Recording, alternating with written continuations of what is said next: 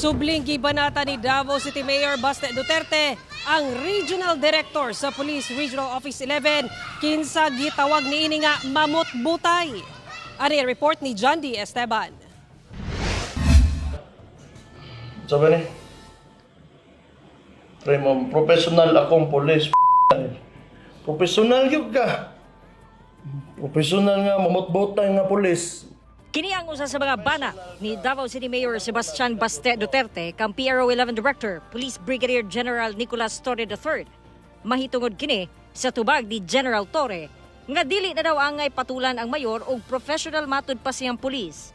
Tubag kini ni Torre sa pagbatikos ni Mayor Baste kang Torre sa pahayag sa Regional Director nga di na daw magsinumbagay sa Davao kay magpinatyanay na. Ning baguhay lang gipakita sa Torre ang blue book nga matud pa gimanipula ang pag-record og krimen sa Dakbayan nga posible daw nga maoy naghatag og impresyon nga nung ubos ang krimen sa Dakbayan. Kung professional ka, unang-una sinagot mo, ano yung hiningi ko sa'yo? Theoretical framework. Kasi may conclusion ka eh. Gina-justify nyo yung ginawa nyo na movement dito o rearrangement ng mga polis sa Davao. Ano yung reshuffling. Una, theoretical framework. Saan mo ginamit yung, anong ginamit mong framework dyan? Pinag-aralan mo ba yan? Saan mo napulot yung mga konklusyon mo? Pangalawa, comparative analysis. Kung professional ka, sagutin mo yan. Pag-aralan mo yung trend na nangyayari sa buong bansa, to sabihin mo sa akin. Case study. Meron na ba nangyaring ganito? Mi komento sab si Mayor Baste sa tubag ni Torre kalabot sa bahad sa mayor nga sagpaon niya ang general.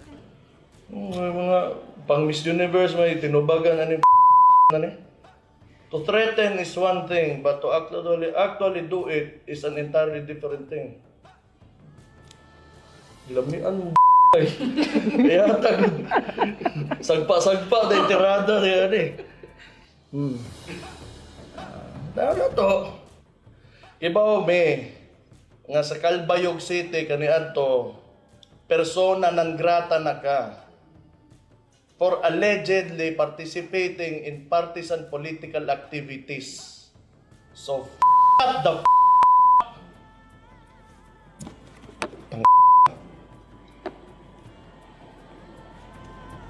ilong dia, wakay angay, paghawd-hawd res Davao. Usa sa batod pa si Torre sa mga rason kung nganong way salig ang katauhan sa mga pulis sumala ni Mayor Baste. Ganahan man na sila lamang, moduwa ra na sila lamang na sila kani diwata. So kuan, baraning Torre yana paglamang ganahan na sila. You know, you are scum of society. Mao na kamo ang the finest example of why Filipinos do not trust policemen. Sa kadugay-dugay panahon, ang tawag sa inyo, buaya. Gikuhaan og pahayag sa GMA Regional TV 1 Mindanao og bahin si Torre kalabot niini apan di sa daw una siya mutubag. Kauban si Jojo Solarte sa kamera. Ako si John D. Esteban para sa 1 Mindanao.